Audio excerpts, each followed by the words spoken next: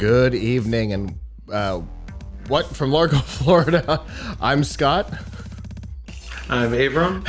and we are here with episode 578 of F5 Live Refreshing Technology for Sunday, November 1st, 2020. The show is a proud part of the Tech Podcast Network. If it's tech, it's here. This week, Yahoo is coming for your phone. Facebook is leaving Internet Explorer, and videos don't belong to you. Wherever you are and however you're accessing our show, whether it be on social media, Facebook, Twitter, Instagram, or Snapchat, through a podcatcher like Apple Podcasts, Google Podcasts, Amazon Music, Spotify, TuneIn, or a myriad of other options, through our live stream platforms, livestream.com, Twitch, Periscope, YouTube, or Facebook, or of course on our website, PLUGHITZlive.com. Thank you for making us a part of your day.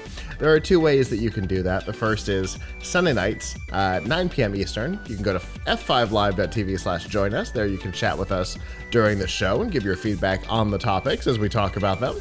Or of course, you can always subscribe by going to PLUGHITZlive.com/subscribe.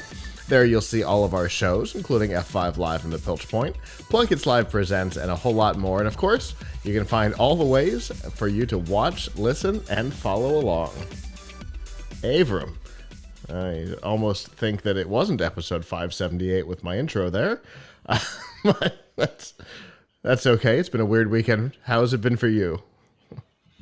All right. I had socially distanced sort of Halloween. So, it wasn't bad. We went to my sister-in-law's house, and with a limited group of people, we had, Halloween dinner, which is actually, in a way, is nicer than having a bunch of strangers show up at the house demanding candy. So, it wasn't as bad as it should be. Okay.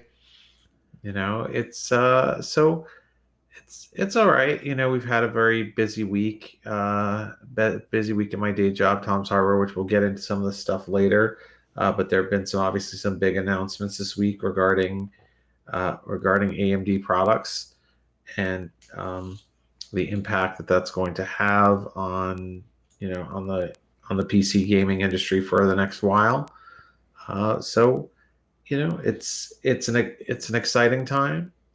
It's the best of times. It's the worst of times. Yes, that's a pretty succinct way of putting it. I also had a unique Halloween. We hosted what we were originally calling the Halloween Roboticon scrimmage, and what we ended up affectionately referring to as micro RTB, written all lowercase micro RTB, like micro SD. And we had three teams at Amrock kind of playing around in preparation for the actual Roboticon Live, which starts, oh my goodness, next weekend. And we'll go for three. It will go for 3 weekends. It's a very long period of time, but it's all remote. It's all going to be streamed live, so people can follow along at roboticon.net. We're really excited about it, and yesterday proved to us that that remote technology can work and can be fun, which is really what yesterday was all about. So that was cool. I'm looking forward to Roboticon this year. We've been worried about it, obviously. Anybody's first virtual anything is nerve-wracking, and a virtual robotics competition has been extra nerve-wracking. I've been talking to some folks about what virtual CES is going to look like this year. Not that I haven't been talking to anyone from CES, I should clarify, but I've been talking to some of my colleagues and some other people who run events related to in the CES timeframe. And we don't know if it's going to be lame. I mean, I have a strong feeling. I hate to say I have a strong feeling that it will be lame, because from a journalist perspective, not only do we like to get out there and see and touch products, but there's always the surprise that you won't really get online, because the surprise for us very often is finding something that we shouldn't know, or a little tidbit that we weren't expecting. Yeah. And when everything is just fed to you, it's not, you're not going to have, like, a classic example for us is we'll go to a booth and we'll see them displaying a product that is not announced yet, and they didn't realize that they shouldn't have this product on display. Yeah. Right.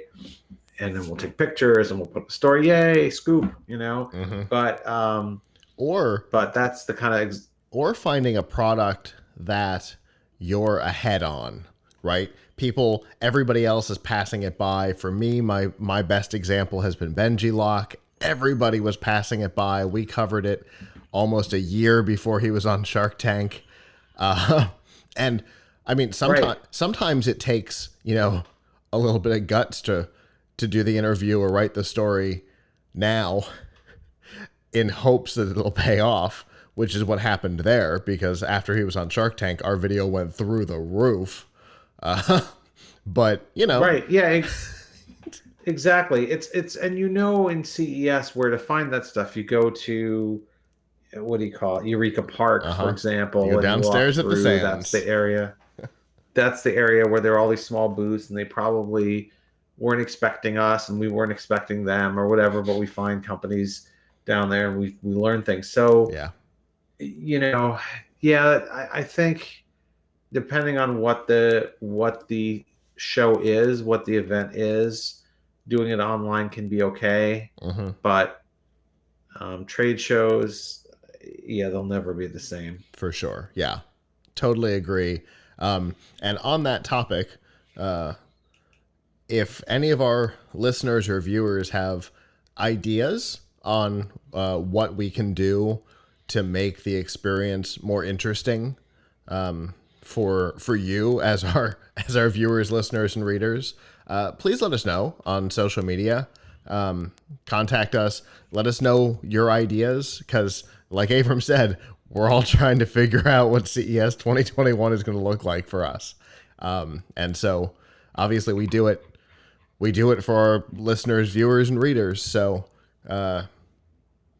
give us your ideas, the things that we can do to make things more interesting, because the TPN team has also been talking about what it looks like. Obviously for us, the most direct and most obvious would be just virtually doing what we've always done, which is the interviews every 10 minutes, but maybe not. Maybe there's something that would be a better way for us to engage the audience. So definitely let us know. We're all curious. Yeah, I mean, it's an ongoing thing. I mean, what we'd like to do at Tom's Hardware is we'd like to just be doing live streams of interviews like that all week, depending on if we can get companies to book and come on and show their wares. Obviously, if somebody, even the best situation, although one I don't expect to see very often, is if they can send us any of the demo sample products under embargo before the show, and we could actually do filming of footage of stuff before they're even announced. But that's fairly rare, because most of that stuff they probably wouldn't want us to send us. They probably just have one or two of it, and they don't want us getting it in private like that. So it's we'll see. My hope is just that we'll get some timely demos with some products and see what happens. But yeah, the opportunity to kind of do things in an exclusive way or uncover things is probably less, which is sad. Yeah, for sure. Well, maybe this is the year that Tom's Hardware and TPN finally do a little more together. Yeah, we'll have to see. I would like that, especially since you as Avram Piltch are a member. So we'll yes, I can make it happen. We'll have to see if we can make that happen and see what it looks like, because it's definitely going to be be an interesting conference this year. But like Avram said, it's been an interesting week in tech. Some announcements he'll talk about. One that we're going to talk about here in just a second, which is a little weird, which is always my favorite thing to cover. So let's get down to some news.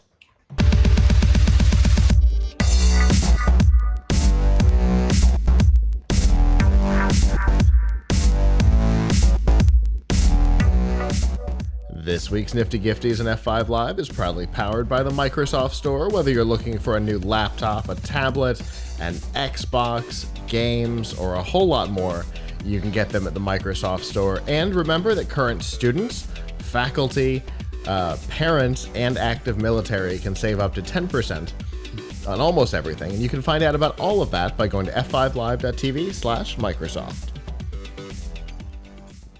So a phone that you won't find at the Microsoft Store was announced this week, and boy, is it weird.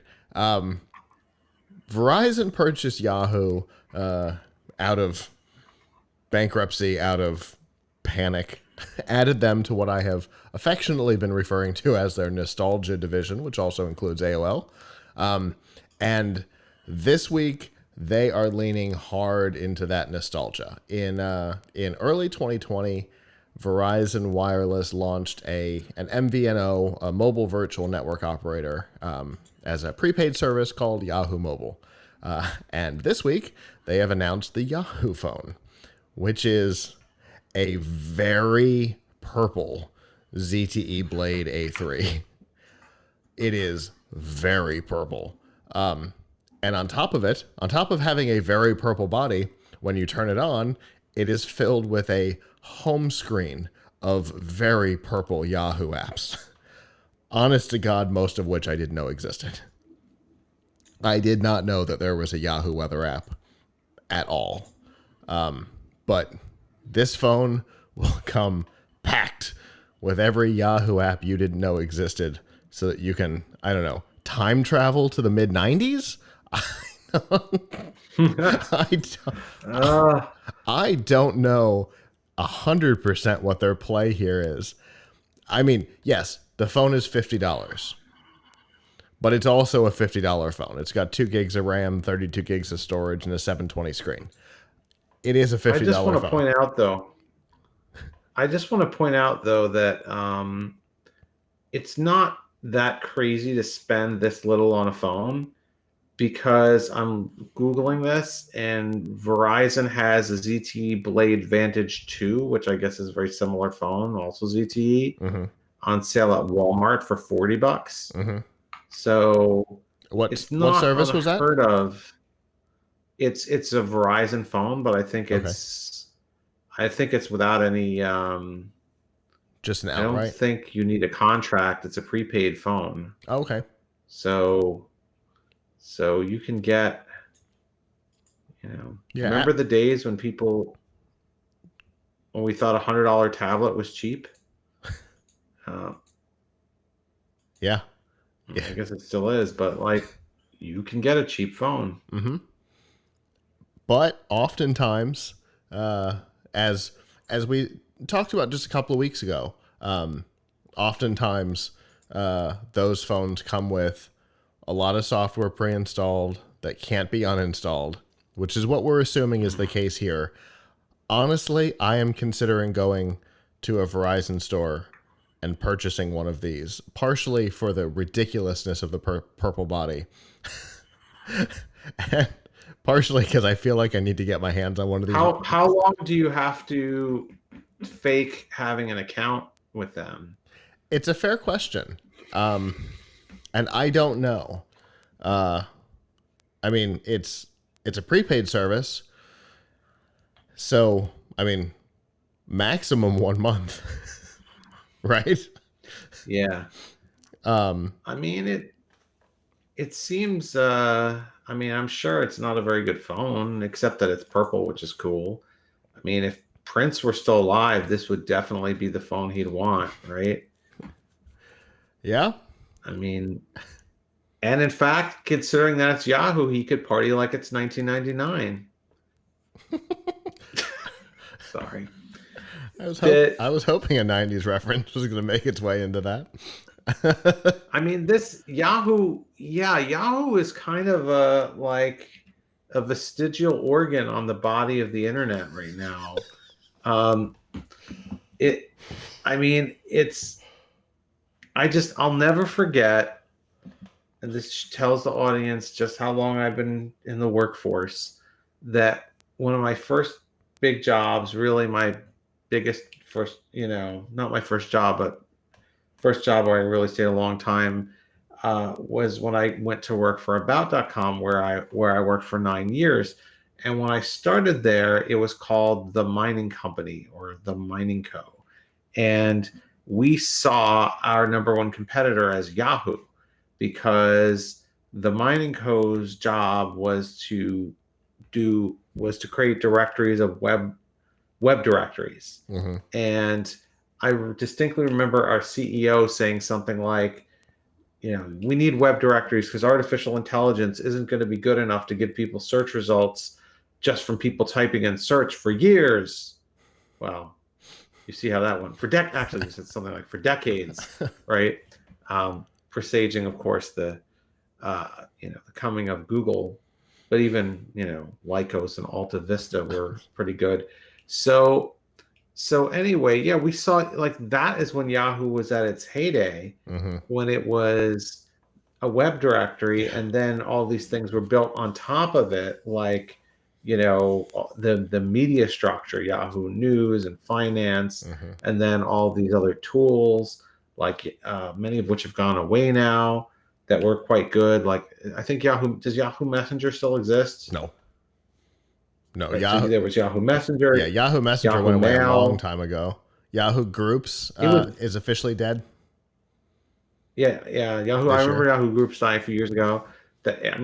Yahoo Groups was good and it served a good purpose. Mm-hmm. I mean, Reddit before its time, right? Yahoo Groups, Yahoo Messenger was in its heyday, I think, better technically than AOL Instant Messenger or MSN Messenger. Especially because it had the chat rooms in it, built directly into the Messenger interface. Yeah, which was the brilliance of that one. There was a lot of great synergies going on there with Yahoo, with all the different tools that they had, plus their content. So I find it weird. Yeah, so it's kind of a shame what happened to them, Mm-hmm. but it's a little weird now that all these years later, with the company having gone through so many problems and then eventually being acquired by Verizon and becoming kind of an afterthought in the world of Verizon. Although I think if you look around the internet at some, I think Yahoo is still in aggregates, I think in the top 5 websites on the internet. I think if you look at like Nielsen or something, one of those web aggregators, I think it is still in a very prominent place. Why I don't know.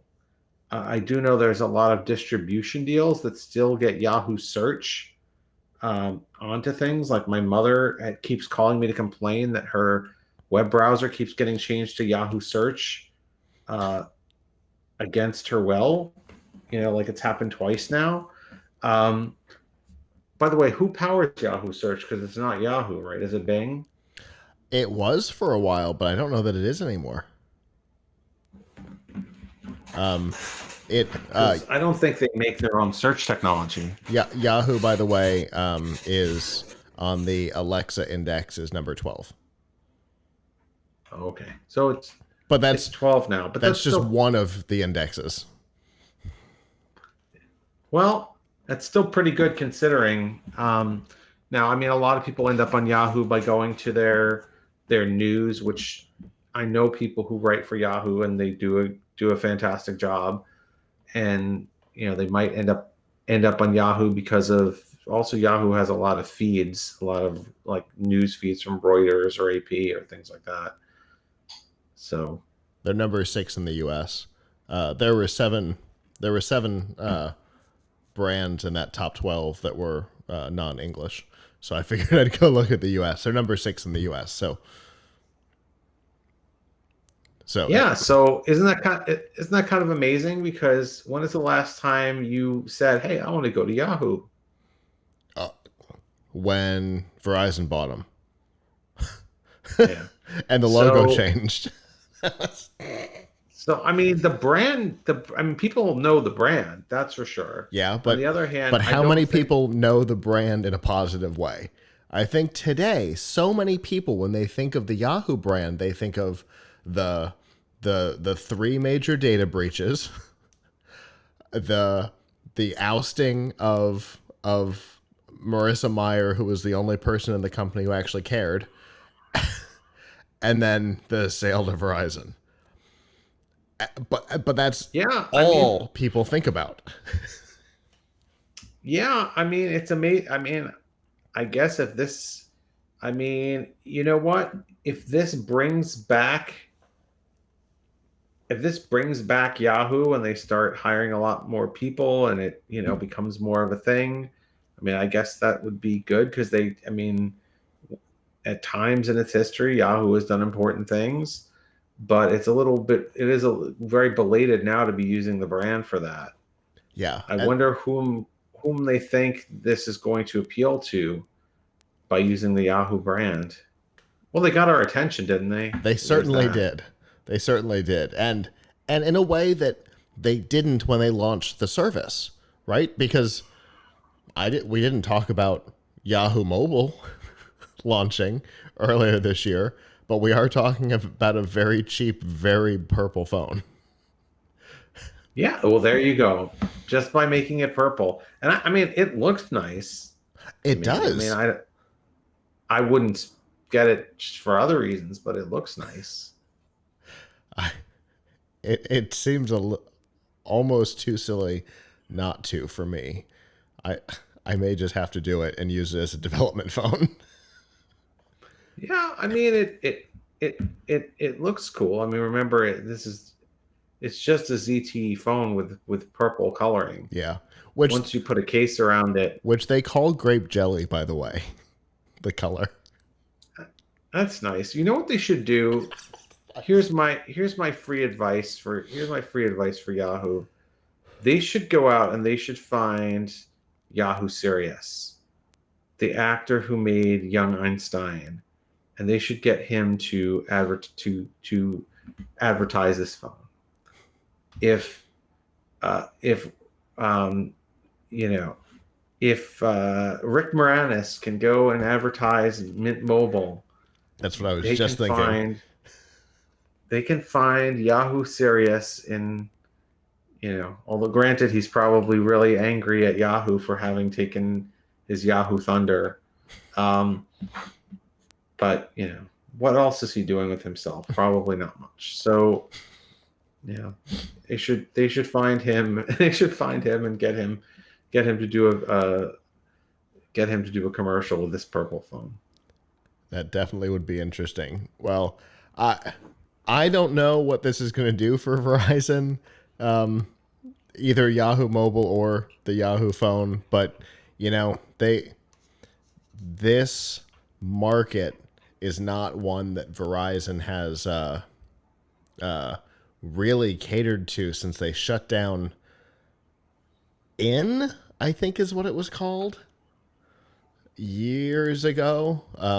This is just not a market that they've catered to. They let Sprint with Virgin and Boost. They let T-Mobile with Metro. They let AT&T with AO and Cricket, which became Cricket, kind of steal this market away. So, maybe they can do something with it. It'll be interesting. Obviously, only time will tell, though. And if I do end up making the weird decision to grab one of these, I will definitely post pictures on the Facebook page. So follow us over there, I guess. But you have to make your ringtone a Prince ringtone. I'm on board with that. That sounds rational to me.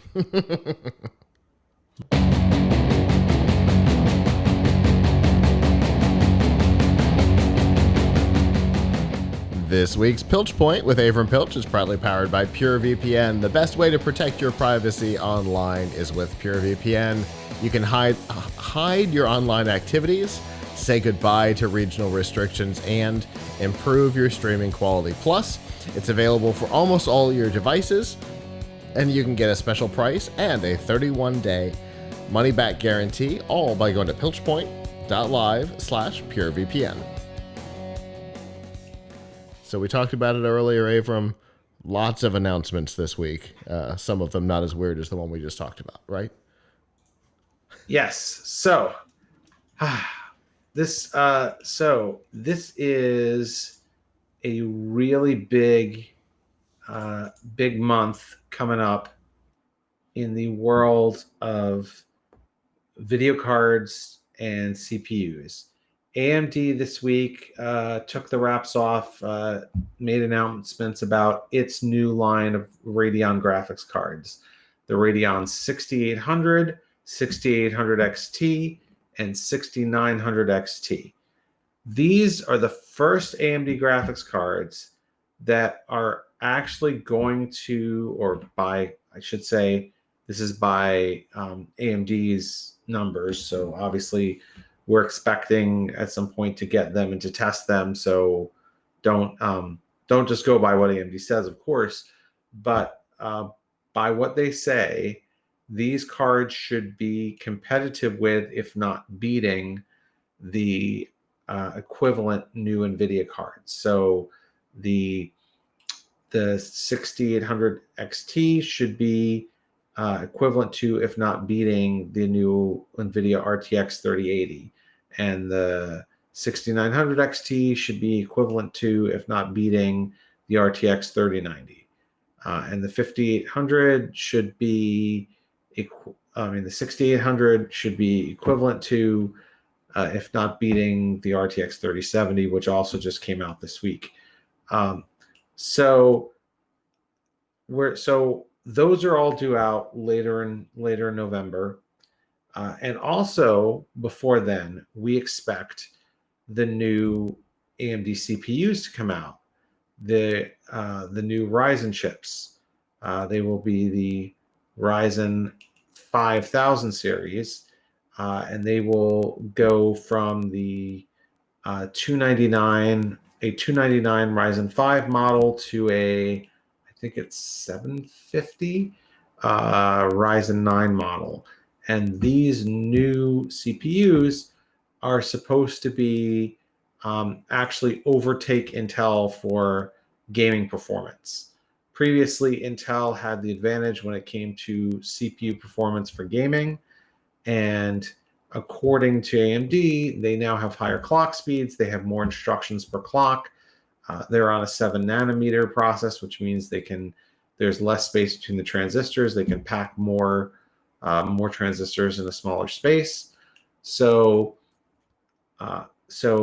really powerful new CPUs coming from AMD within a couple of weeks, and really powerful new GPUs to match NVIDIA's graphics cards that have all just recently come out in the RTX 3070, 3080, and 3090. But guess what? You can't get any of these new NVIDIA cards, and when the AMD CPUs and graphics cards become available, I fear that you may not be able to get those either. When I say that you are not able to get them, I mean that they sell out so fast that within minutes, they're gone. If a store has stock, within minutes, it's gone. And taken often by scalpers, where you will then find the same card selling, your $800 card selling for $1,500 on eBay. So NVIDIA has said they know they have stock issues. It's going to take a while. So meanwhile, if you want to build a gaming PC, you're in a little bit of a quandary right now. If you want to build a high-end gaming PC within the next few weeks, or even probably before the end of this year, you're going to be faced with a dilemma. First of all, the NVIDIA cards are going to continue to be difficult to get. There may be a day when when you get lucky and you were looking for a 3080 or a 3070, and you see one, and real quick you're able to buy it and get it at the regular price. That's great. But for a lot of people, for most people, They're going to continue to have a problem finding those for a long time. And then these new AMD cards that are coming out that promise to be just as fast, if not faster. Well, AMD says that they're not going to have that they're taking steps to avoid scalpers and bots. But again, if the demand is so high for these products, which it almost certainly will be, then there's a good chance that supply won't be able to keep up.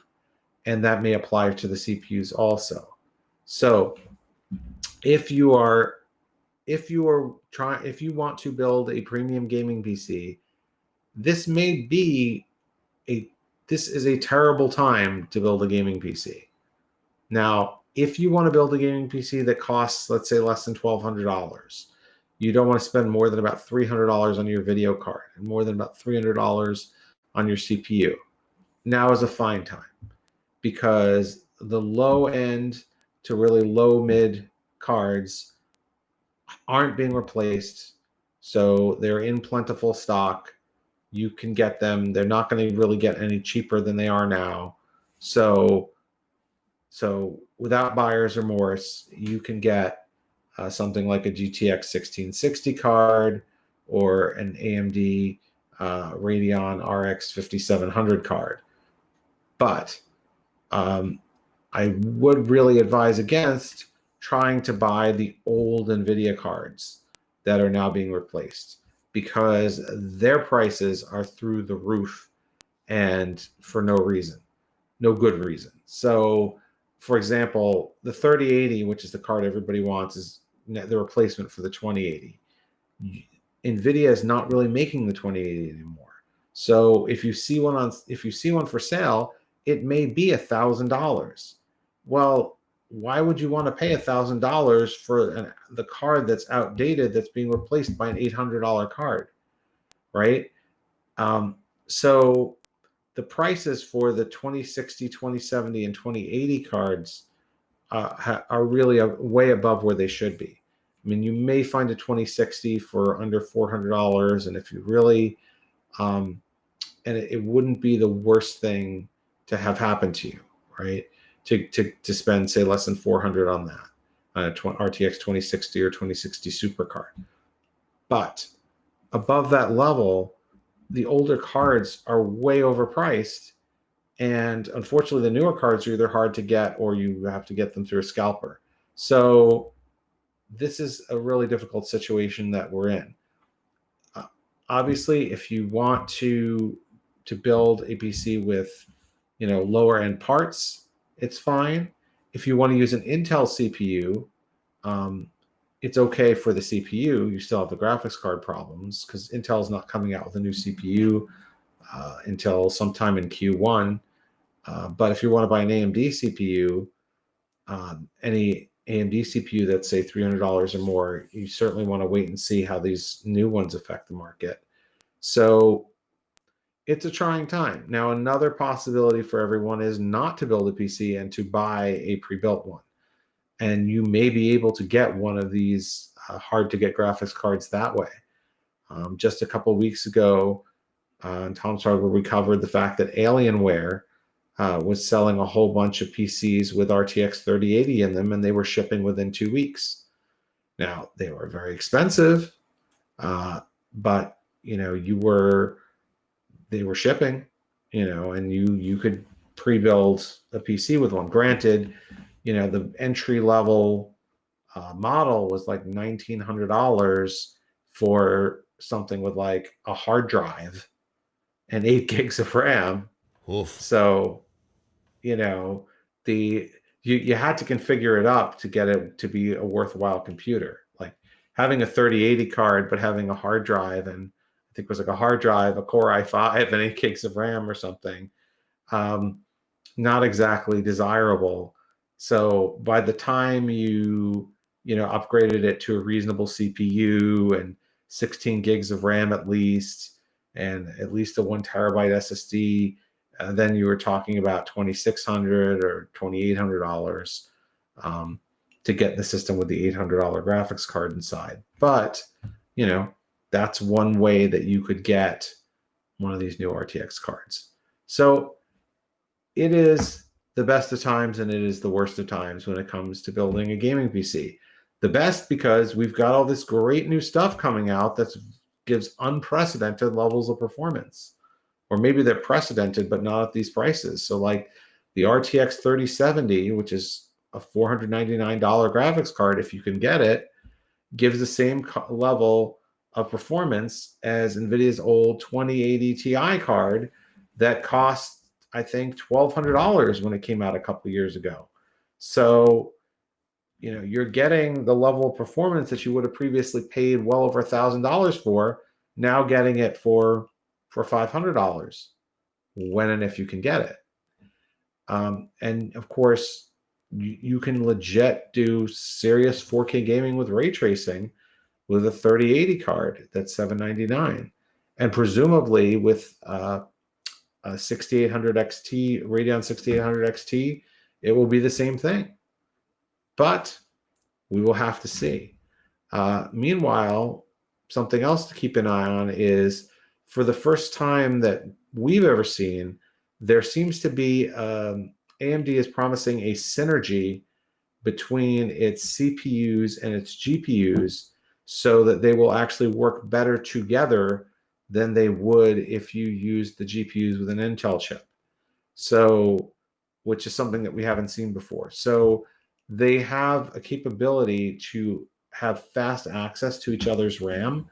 If you use one of the new Ryzen CPUs that's coming out, you use an AMD 500 series motherboard, you get one of these new Radeon 6000 series graphics cards. The CPU and the GPU will have fast access to each other's memory, allowing for what they say is going to be something like a 13% speed bump over what you would get if you paired it with an Intel chip or with one of their chips from a prior generation. So obviously we can't wait to see how that actually works in the lab. Yeah, that is an interesting like addition to the mix, right? Because in the past, the hardware companies have mostly kept their components independent of one another, but go back to the old days of home entertainment systems, right? The reason people chose Sony was because of how well their stuff interacted with one another. They worked alone, but it was all about how they worked together. So it makes sense that they would go this direction.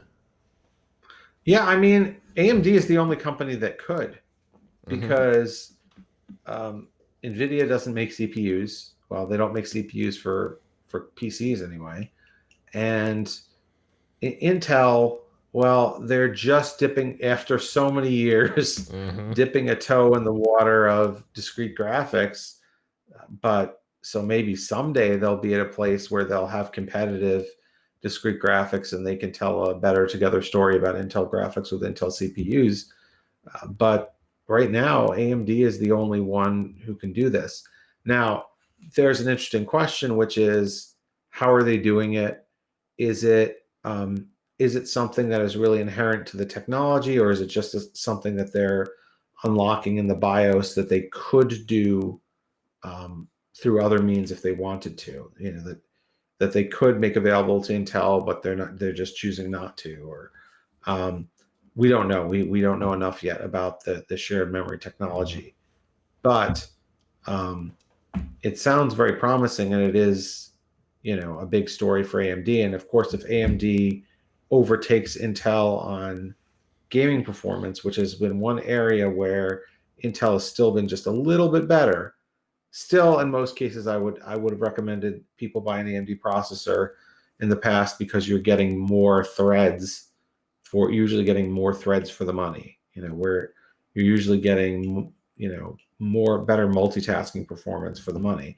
But now, if you're getting better single-threaded performance, holy cow, Intel, you're in big trouble, at least for gaming PCs. Yeah, for sure. And we've talked over the last couple of generations of AMD processors, generally since the announcement of the the Ryzen line replacing all their old stuff. But the last couple of generations in particular, we've talked about how, they keep pushing, and Intel almost seems to be ignoring that part of their business, possibly because they hadn't been truly challenged for a while. And now they are, and they may not be able to keep up. They got problems. Intel has problems. They've had a lot of problems. Now, the one thing that Intel still has going for them is market dominance. Mm-hmm. So they've got a lot of companies still don't a lot of OEMs that make PCs still either only build Intel, or they kind of treat AMD, especially when it comes to laptops. Yeah. Treat kind of AMD as a side thought, and a lot of times the AMD products get a lesser quality screen, or worse Wi-Fi, or something else is like a little bit amiss with the AMD powered PCs that OEMs come out with. And Intel obviously had a lot of money to throw at marketing, shared marketing campaigns, so that's helped their position. But when you look at sort of pure performance for the money, Intel is hurting right now, and it is affecting sales, I think, and eventually it's going to become a bigger and bigger problem. And obviously a lot of this is of Intel's own doing, because they were in a leadership position, but they couldn't handle the transition to 10 nanometer. They had lots of problems, still having problems getting everything to 10 nanometer. And they had problems with meeting demand. So, lots of problems, with Intel. And of course, unlike NVIDIA, which kind of saw where the market was going and really has invested heavily in things like AI and with their acquisition of ARM, mobile things, Intel kind of failed on mobile. So yeah, it's a tough time to be Intel. For true. And it's actually interesting. I hadn't thought about it. AMD and ARM kind of puts AMD back in the position that it was in pre-smartphones, because AMD made basically all the chips for flip phones. So it actually kind of puts them back where they used to be. Well, AMD, NVIDIA owns ARM now. So that's NVIDIA what it was. It was NVIDIA. That's why it didn't occur to me before.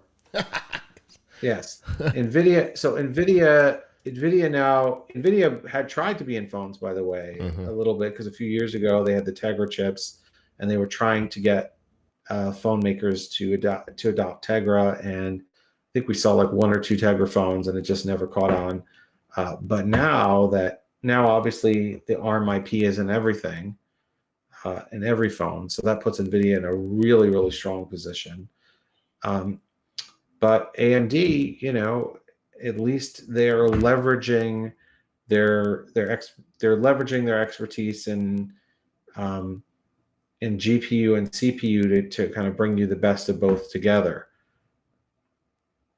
Yeah, it's an interesting time for hardware, for sure. Obviously, I imagine that we've got content out there on everything that's going on. Yes. So if you go to tomshardware.com, we've got all kinds of explainers on the new card, on the new graphics cards, the new Radeon cards. We've got reviews of the 3090, 3080, and 3070, and an article about where to find one if you can. And we also will have an article from me this week about what I just discussed, which is why this is a really difficult time to build a premium gaming PC. I really have to emphasize premium, because if you want to just build something for medium gaming, just sort of a not even cheap, mid-range, under like $1,300, it's still an okay time. But if you want the latest and greatest, it is not a good time. That is for sure. And it's always unfortunate to see times like this, but this is an especially weird time with all the bots and scalpers out there. But as always, Avram, thank you for bringing all this information, because I didn't follow any of this stuff this week trying to get ready for Roboticon. So I'm very glad to hear about all of this. And as always, I look forward to what we talk about next.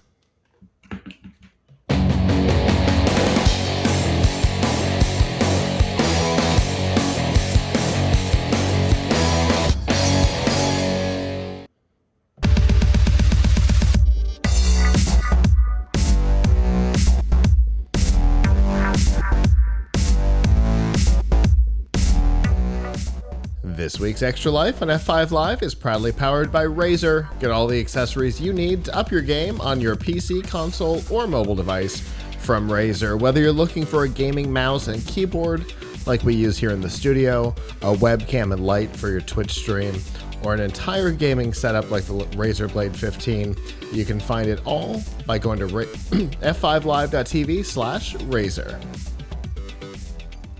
So it's been a little over a month since the announcement that Microsoft had purchased ZeniMax Media, the parent company of studios like Bethesda. And as we talked about when it happened, there was a lot of concern around the future of the IP that was coming along with that. In particular, the Elder Scrolls and Fallout series. Now, Avram and I said that day that there was a very minimal chance that Microsoft would make the business decision to make them Microsoft exclusives, either on the Xbox, the PC, or both. Mostly because, as we've talked about over the last couple of years since Steve Ballmer stepped down as CEO, that Microsoft's philosophy is we want to be everywhere you are. We saw it happen with Minecraft. After Microsoft bought Minecraft, it came to more platforms, and they even finally convinced Sony to allow crossplay, which was a big deal. But obviously there was still concern, as there should be until there's an official announcement. I can understand that. And during an interview this week, Todd Howard, who is a director and producer for both of those franchises, said that he also believed that it was highly unlikely that Microsoft would make that decision. He also said, though, that the two companies have not had detailed discussions on it, but that Bethesda has always looked at each individual game as its own thing, and considered the availability of each game on an individual level, which is exactly what we heard from Xbox's Phil Spencer during the purchase, which all seems like good news to me. What do you think, Avram? Yeah, I mean, look, I don't think Microsoft wants to eliminate a potential market for these games. It's not in the spirit of what Microsoft has been under Nadella. Mm-hmm. So I can't see it happening. If this were, I don't know, name another vendor, then I could see it happening, but not with Microsoft. Yeah. If this were Apple, maybe. Right. Or even if it had been Sony. Because Sony's whole philosophy is around exclusives for their consoles. I could see Sony doing it, but I can't see Microsoft doing it. Yep. They don't really subscribe to exclusives for their better or worse. Mm-hmm. I guess it's been for their better, or for Microsoft's better overall. So, especially if you look at the quarterly earnings on the Xbox division, they seem to be doing pretty well. So, and wait, because Xbox Series X is just about to come out. Yes, it is. Although, in And it's going to fairness, be another highly scalped product. yeah, it is. Has been. The pre-orders were Already. highly scalped already. But yeah, it just doesn't make sense under their current business model. But the idea that, the comment that we'll take each release on its own scared some people. That made it sound like, well, maybe in the future it could happen. But I'll remind you that if every publisher considers each individual title in a franchise individually, because if they didn't, Final Fantasy would still be a Nintendo exclusive. So, and it is definitely not that. So, they consider each one individually anyway. So I don't suspect that that's any different than normal. I think, honestly, with it being a Microsoft Studio now, like we talked about, all Microsoft Studio titles premiere on Game Pass. And I think that has a lot to do with this. I think the ability to put it on the formerly known as xCloud service was a big part of this, plus the ability to generate revenue off of Sony and Nintendo consoles. Seems like a pretty good idea as well, especially when you're talking about, true AAA titles or AAA franchises like Elder Scrolls and Fallout. It just seems like this will be available everywhere, probably for always. Yes, that's probably what this was all about. So, again, we'll see in the future. We don't suspect that Elder Scrolls 6 will fall behind a Microsoft wall, even if they were to go that direction. We also know that there are titles that are already under contract with Sony, so we'll see those for sure. But I don't think we're going to see that at all. So good news and a little bit more confirmation from Todd Howard makes me feel better.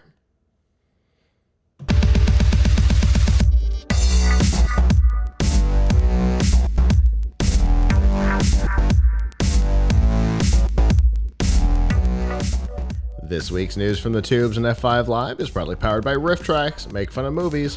Let these guys do it for you. Mike Nelson, Bill Corbett, and Kevin Murphy, the former stars of Mystery Science Theater 3000, are back and doing what they do best, creating commentaries for Hollywood blockbusters and B-movie oddities. It's like watching a movie with your funniest friends. And to find out about all of the full-length features, the short films, the TV episodes, and live events that are available, you can go to f5live.tv/rifftracks with an X. So, since tonight seems to be all about the past, somehow, Internet Explorer is on our rundown again, which just seems weird. Microsoft has been trying so hard to make it go away, and they have a new quiver, a new arrow in their quiver for killing off IE, and that is that over 1,000 websites. In fact, I think the number I saw was 1175.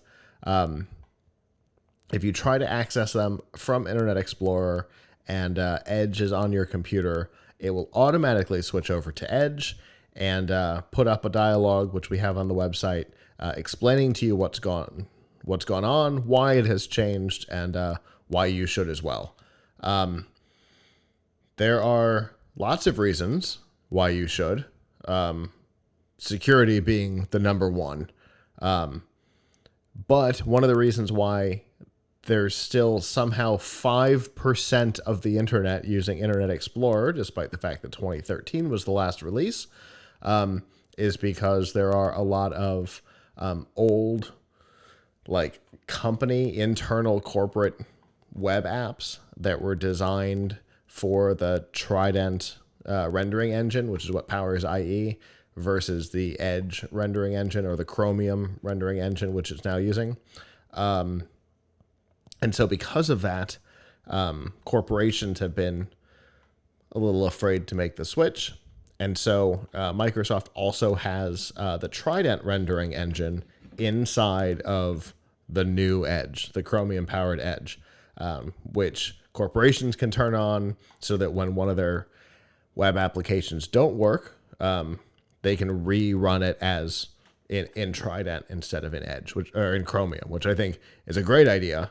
That finally allows everybody to say goodbye to IE. Oh my God, I hope it happens. I am so tired of seeing stuff in IE. I've got some client stuff that still boots in IE, and it kills me. Can you believe that in 2020, Avram, we're talking about Internet Explorer still? So I just out of curiosity looked up what percentage of users come to Tom's Hardware each month using Internet Explorer. Yes, please. So I will share this little tidbit with you, with the audience now. 0.35%. Thank goodness. Of our monthly audience uses Internet Explorer. So less than the 5% of the internet. I was hoping that so. You mentioned. I was hoping so. In other news, that is a lot less than the amount of people visiting our site with Opera and with Samsung Internet, which I guess is the Samsung browser that comes on their Android phones. So I kind of need to know the percentage of Opera. Okay, 1.5% is Opera. Still not a lot. No, but higher than I expected. They have their dedicated users. Yeah. I mean, I don't see any rock melt browser on here or anything. I used to use it on. I used the Opera Mobile on my old flip phones, because it supported Flash, and it was the only mobile browser that supported Flash. Other browsers on here that are actually less than Internet Explorer are Amazon Silk, which I guess is that's the browser on your Fire tablets. I think that's the Fire tablets, the Fire OS. Amazon Silk, YA browser. I don't know what YA browser is. Wow. I have not thought about that in a while. What, YA browser or Silk? Yeah, YA. Is that for young adults? I'm not gonna lie. It's the Yahoo. It's the Yandex browser. Yandex. Yeah. That's a lot of US sites don't get indexed by Yandex anymore. So it's okay. I mean, it's a very small percentage. Okay? Yeah, it's a spider bot. 0.02%. Yeah, it's a spider bot. It's for their search engine. Opera Mini. This one here, I think it's Cock. COC. Choc. Well, I don't know how it's pronounced. Oh, I don't know, but it seems to be Vietnam. Oh, okay. It's a Vietnamese browser. Yep. Puffin. It is also a Chromium browser, by the way. Puffin? Puffin. Android browser. I guess Android browser is what you get if you don't have Chrome, like the one that comes. It's like the little globe if you've ever installed that's Android without the Google apps. Yeah. Woo. SeaMonkey. Anybody ever heard of SeaMonkey? Sounds familiar. F-Ban. Never heard of it. I'm sorry, did you say PlayStation? I was researching Puffin. I apologize. Did you say SeaMonkey? Yeah, SeaMonkey. Does that sound familiar? Not at all. I have to look that one up now too. SeaMonkey browser, the internet browser, the core SeaMonkey use the same rendering engine as Mozilla. Okay. Yes. Okay. Continuation of the former Mozilla application suite. Yes. This one is bracket FBAN or FBAN. What does FBAN stand for? Something maybe it's Facebook. PlayStation 4 browser. Okay, that's interesting. Mozilla. Just plain Mozilla. Yes, BlackBerry. FBAN. Oh, what? Hold on. We'll get to that in a second. FBAN is the Facebook user agent. So when somebody shares an article, that's what goes and pings for images and stuff. Yeah, actually, not a lot of very, very little traffic of that. It only has to do it once. BlackBerry. Okay, I can go screw that up if I go find and charge up the what was it called? The playbook. It's around here somewhere. And Maxthon. Maxthon browser. Don't even know what that is. This is a lot of fun, by the way. Browser. Freeware developed by Maxthon, based in Beijing. It's available for Windows, Mac OS, Linux, and as Maxthon Mobile for Android, iOS, and Windows Phone 8. Yes, there you go. I bet it's not that. Yes. Anyway. Oh my PlayStation Vita browser. Wow. I occasionally get hits on that too. So anyway, I mean, look, anybody who has, here's a little secret. If you have a website and you have Google Analytics, you can go through the section and see just how many weird little browsers have hit your site and take a little trip down memory lane too. Oh my God. But Maxthon on Windows Phone is horrible. It's ugly. Sorry. Internet Explorer is a dying browser, and it still has. I mean, for our Tom's Hardware site, which obviously is more tech savvy folks than average, we have 0.35%, so less than 1% of our visitors using Internet Explorer. Yeah, because most of the traffic on IE honestly comes from within the enterprise space for companies whose IT teams can't or won't install anything else. Honestly, God, anything else. I would take Firefox. I would take Opera. Because at least the rendering engines are still maintained. Do you not think, though, that somewhere there's people who have like a machine that's running like Windows 98 or Windows Me or Windows 2000 or something, or even maybe XP, and none of those can run Edge? True. But they can run. If you're using one of those, I mean, 98 can't, but XP and above could at least have a more modern rendering engine. Because XP, I think couldn't go above IE9. So, right. Okay. But if you're the person has an ancient computer and you're running Windows XP, maybe you don't know about that or care. True. Well, you've probably noticed that web pages have started rendering real weird over the last couple of years. As HTML5 has become the only standard that anybody writes to. That's a good point. I mean, look, there's people who have old stuff and they're not very tech savvy, and maybe it is just in an enterprise where they have to go to some corporate intranet site that hasn't been updated. Who knows? It's certainly the majority. There have been studies that have been done. It's the majority of the case. Now, there are exceptions to that rule, but it's probably at this point a large majority, I would guess. But I have tested this. The screenshot in the article is from my computer. I tried to go to Facebook in IE 11 on Windows 10, and it went, oh, nope, and kicked me over to Edge with this little dialog box. And it totally makes sense.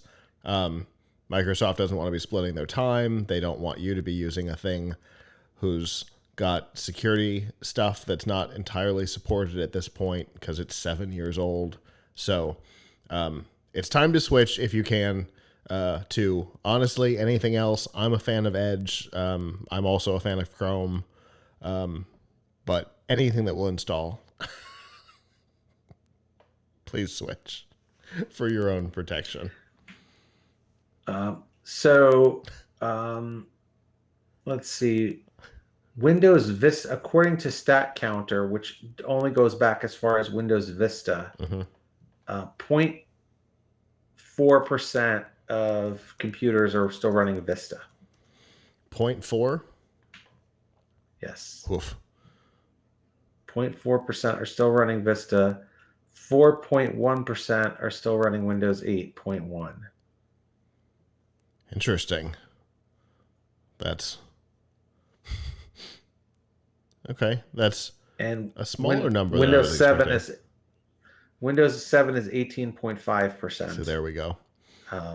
Well, good news. And Windows 10 75%. Yeah. Good news. New Edge is available for Windows 7. So I don't think it works on Vista, but it does work on 7. So 7, 8, 10, Mac OS, Linux, mobile. Because again, like we were just talking about, everywhere you are, so are they. That's the company's philosophy. So anyway, ditch IE if you can, because it's way past time.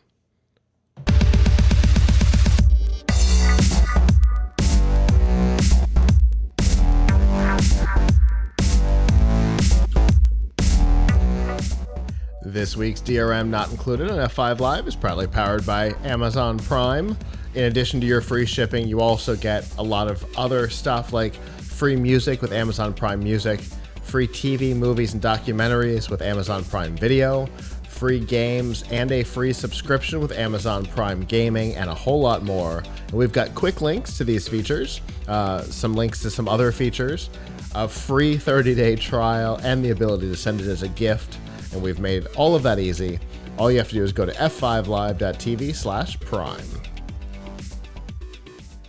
Now, interestingly, we're going to continue talking about Prime, but in a different way. I think we all know that that buying digital video content is an interesting experience. When it comes to music, when you buy it, you can download it and you're good to go. When it comes to games, it's the same thing. You download it and play it on your computer, your console, whatever. But with movies, for the most part, when you purchase a video, you still stream it, with iTunes probably being the exception to that rule. And Amazon Prime Video is one of those services that has this capability to make a purchase of things that are not part of Prime. But the thing is, if Amazon loses access to stream that content, so do you. And so Amanda Caudell, who is an Amazon Prime Video user, learned this when something that she purchased disappeared from her library. She sued Amazon and this week officially lost. Because Amazon argued that every time you go to make a purchase, the user agreement is brought up as a reminder that you do not actually own the content, only access to it for as long as Amazon has access to it. So did she get her money back? No. Nope. What? Really? I thought that if they take it away and you've bought it permanently, that you get your money back. I didn't see anything about that. That might be the case, but I didn't see anything about that. It would be pretty crappy if not. Yeah, it would. So I bought the right to watch a movie, and then like 3 months later, they can't sell me the movie anymore. So they just take it. I mean, we've talked about this before. The way that the rights work, that now they I guess their agreement with the content providers means that they have to take it away, Mm-hmm. and therefore they do take it away, and they have the ability to take it away. But if they do that, then no matter how long you've owned it, you should get your money back. I agree, and maybe she did. That wasn't discussed in the lawsuit, or I didn't. I guess I didn't see the filing. I read the ruling, which didn't mention anything about that. But perhaps that is the case. But this is more of a PSA than anything, as a reminder. How that, often does it happen? I don't know. I haven't seen anything disappear. I haven't heard of friends seeing anything disappear. I mean, I use the movie when I interact with purchasable stuff. I tend to interact with one of the Movies Anywhere services, so that even if one loses it, it's still in the mix theoretically. But I don't hear about it happening all that often. We hear it more with video games, honestly, than we do with movies, where a game. There was a year and a half ago, there was a studio whose access to certain music had been like their rights to music that was in the game expired, and so you couldn't re-download the game after a certain date if you didn't have it on your console. Sad story. Which was interesting. Yeah, this is all. I mean,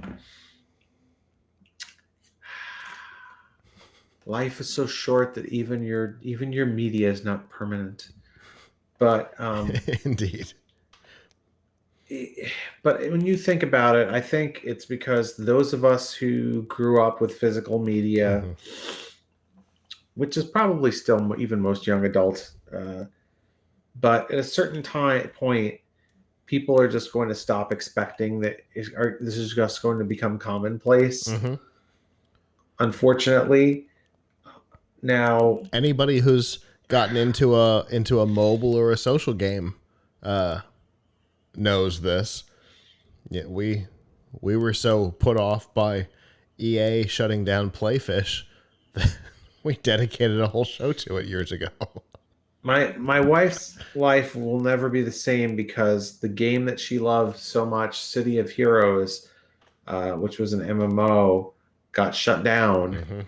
And like had all her friends through there, and then the company that ran it decided that they didn't want to run it anymore. And then miraculously, it sort of came back a few years later as like there were people. I think there was some hacking stuff going on there. I don't know. Anyway, the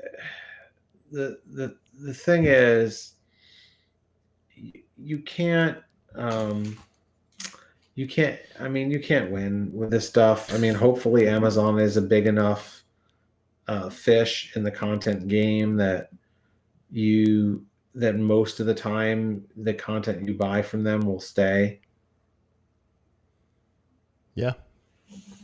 Yeah, and that's a good point. For the most part, most companies don't want to 100% restrict this kind of access. But if you're dealing with a company who's gone with some massively strong agreement with a streaming service, maybe they don't have a choice. But for the most part, the content owners don't want to do this. But we are living in a world of digital access versus digital ownership. So these types of things happen. Like we said, games that you pay for disappear. Software that you pay for can disappear. We talk about software services shutting down all the time. So much stuff is subscription based. So little is download and use it forever. So that's just where we are, and media seems to be no different. That's why I'm just going to buy a bunch of Atari cartridges. I love it. Yeah, because Atari's never going to restrict access to your cartridges. I'm just gonna dig up all the ET ones, so when one wears out, I'll have another one. Perfect. Now, in fairness, I do have a whole bunch of old Atari cartridges that still work 100%. So, see, I knew it. You've told me. Got a 2600 right outside the studio. Anyway. Well, that is our show. Thank you to those of you who joined us live. We always appreciate our live listeners. If you did not and would like to in the future, Sunday nights at 9 p.m. Eastern, you can go to f5live.tv/join us and chat with us in the studio. If you can't join us live, that is okay as well. You can always go to PLUGHITZlive.com/subscribe and see all of our shows and all the different ways to subscribe. The next couple of weeks are going to be a little strange. I don't know what the show is going to look like because of the commitments for Roboticon. Hopefully everything will be normal, but I cannot make any promises. So follow us on social media to see what's going on 100% for sure, but definitely follow along with us for Roboticon Live, which you can do at roboticon.net or on YouTube, Twitch, or Facebook, Roboticon Tampa Bay. And I guess with that, on behalf of the staff that's not here, I'm Scott. I'm Avram. And we will see you guys back next time. Ciao.